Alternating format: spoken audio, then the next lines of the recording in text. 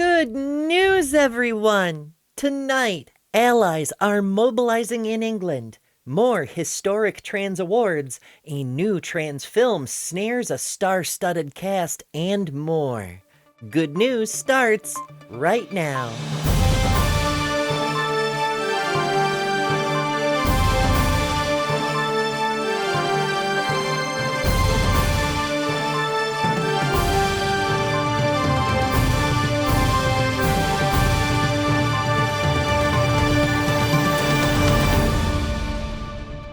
First up, bad news that turned into good news. Kinda. The Oxford Literary Festival has been criticized for advertising a heterosexual, cis, gender-critical campaigner as part of its LGBTQ lineup. Helen Joyce, conspiracy theorist author and a director at a gender-critical campaigning organization, is slated to appear at the festival in the LGBT section. During an hour-long event titled Transgender Identity and the New Battle for Women's Rights, she is due to discuss her book with fellow gender-critical campaigner Julie Bindel. The event description states, quote, gender-critical journalist and female campaigner Helen Joyce talks about her Sunday Times best-selling book on the transgender debate. Both Joyce and Bindel have made contentious claims over the years, with the former making headlines in 2022 by saying, "We have to try to limit the harm, and that means reducing the number of people who transition."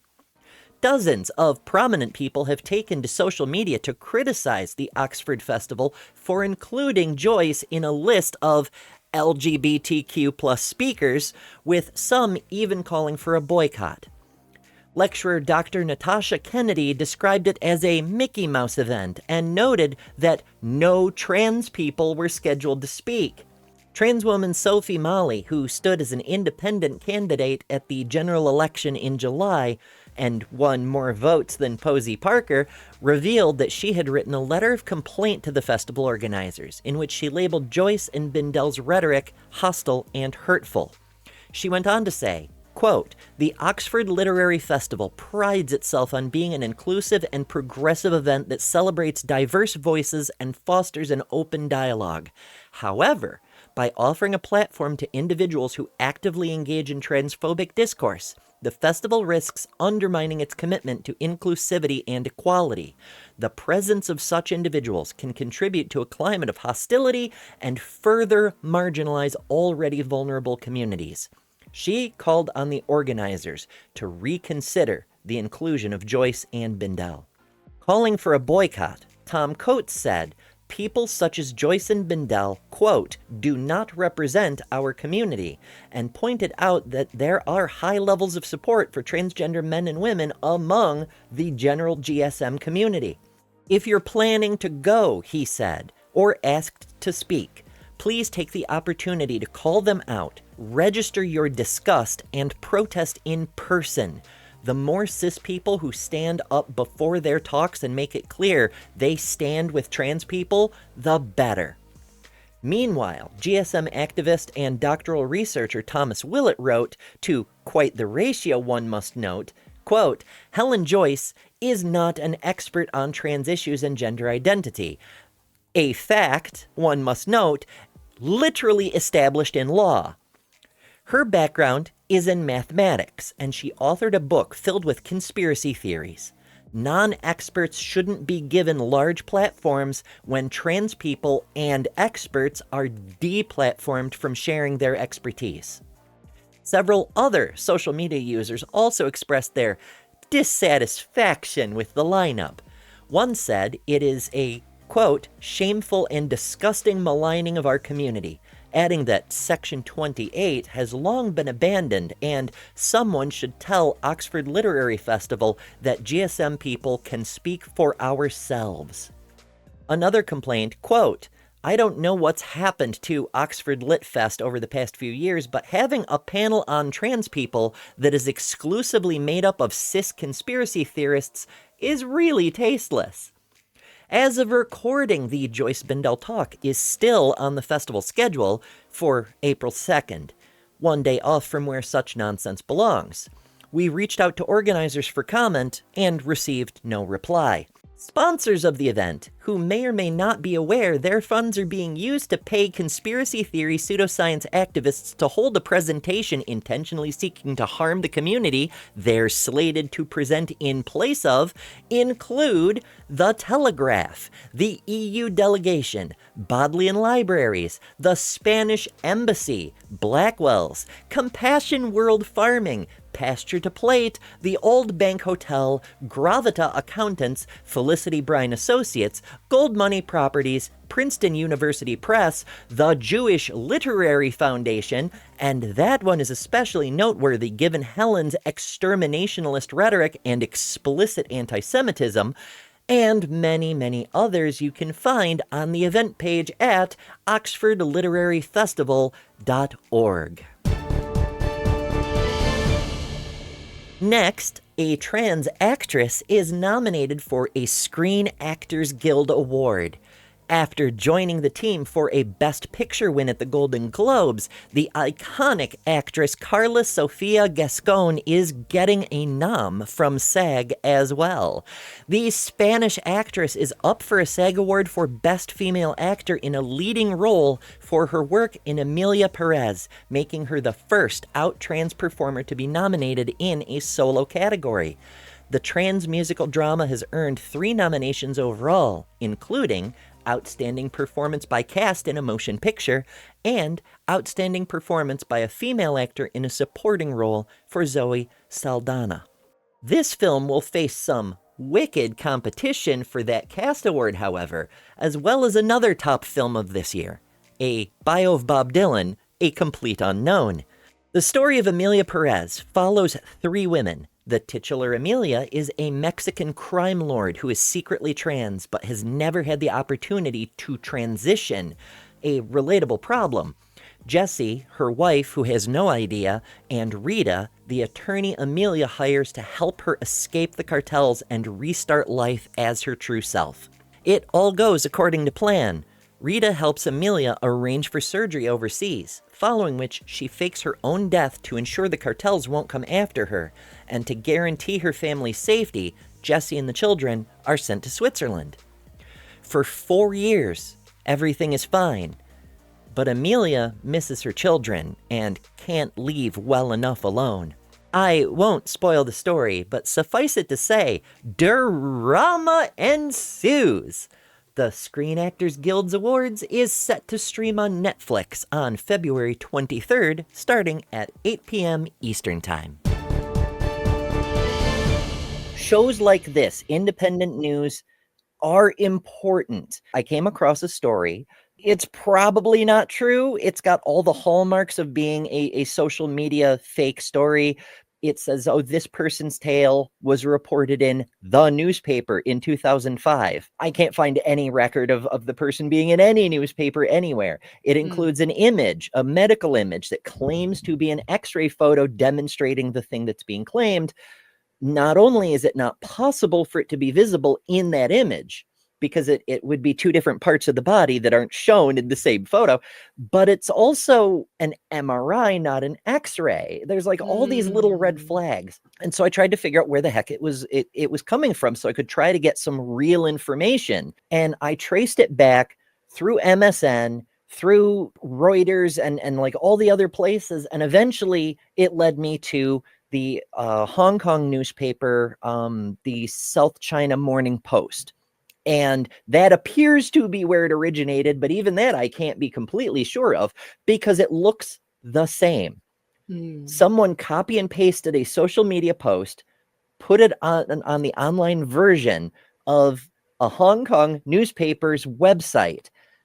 And then the newspapers in India picked it up and they just copied and pasted it. And then newspapers in Europe picked it up and copied and pasted it. And then newspapers in the United States and other media outlets in the United States just picked it up and copied and pasted it. Because no one in the world still has investigative journalists who actually fact check. It's only independent media like this show where you can have people who even bother to look into things. We do our best, but we need help. Yeah. We need more people doing it for one thing, but we could also really benefit with some funding. This stuff, it takes time, and Yeah. we're all working our own jobs. We're all doing other things. We're all involved in other projects. I know nobody's got, $296,000 in change like they do for marching bands, but there are ways to help that don't even cost money. Like the video, share the video. Anything you can do would be greatly appreciated and will make our world objectively better. Next, the famous case of Bellinger versus Bellinger is coming to a screen near you. First, let's recap the case. In November 2000, the UK High Court heard the case of Elizabeth Bellinger, a trans woman who had been married for 19 years at that point. She was seeking legal recognition for her marriage, which was legally performed and legally registered at the time, but had since come into question. The key issue was in reference to a single line from Section 11 of the Matrimonial Causes Act, which read, "A marriage shall be void on the grounds that the parties are not respectively male and female." As the judge in the case, Justice Johnson, noted in his decision, Parliament had had the opportunity to provide a definition of what male and female meant, but had neglected to do so, leaving it to the courts to try to blaze a path. Unfortunately for Mrs. Bellinger, there already was a court-decided path, though rather outdated by this point. It was called the Corbett test. You may recall from our story on Sir Ewan Forbes last year, Corbett versus Corbett was plagued by politics, including a sealed law that invalidated trans people for the potential disruption we may cause in primogeniture considerations. But because of the way Sir Ewan's case was concluded, the judge in Corbett could not disclose the decision binding his own ruling, resulting in a messy judgment that did significant harm to trans rights for decades, up to and including the Bellinger case. Corbett ended up establishing a rule that sex should be determined for the purposes of marriage and inheritance by 3 factors: chromosomes, gonads, and genitals.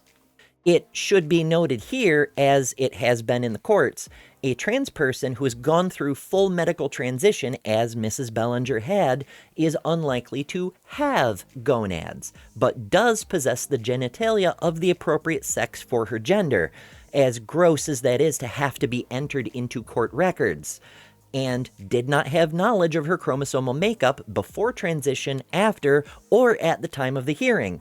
Therefore, of the 3 criteria, only one was relevant, and it clearly classed her as definitively female by that standard of law.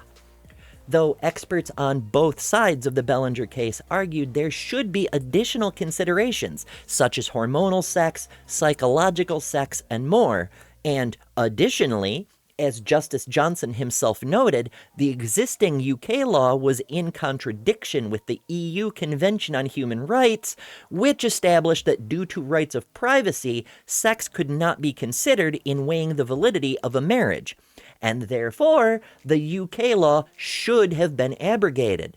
But he instead ruled that he was bound to follow the legislation set forth by Parliament and deny Mrs. Bellinger's petition.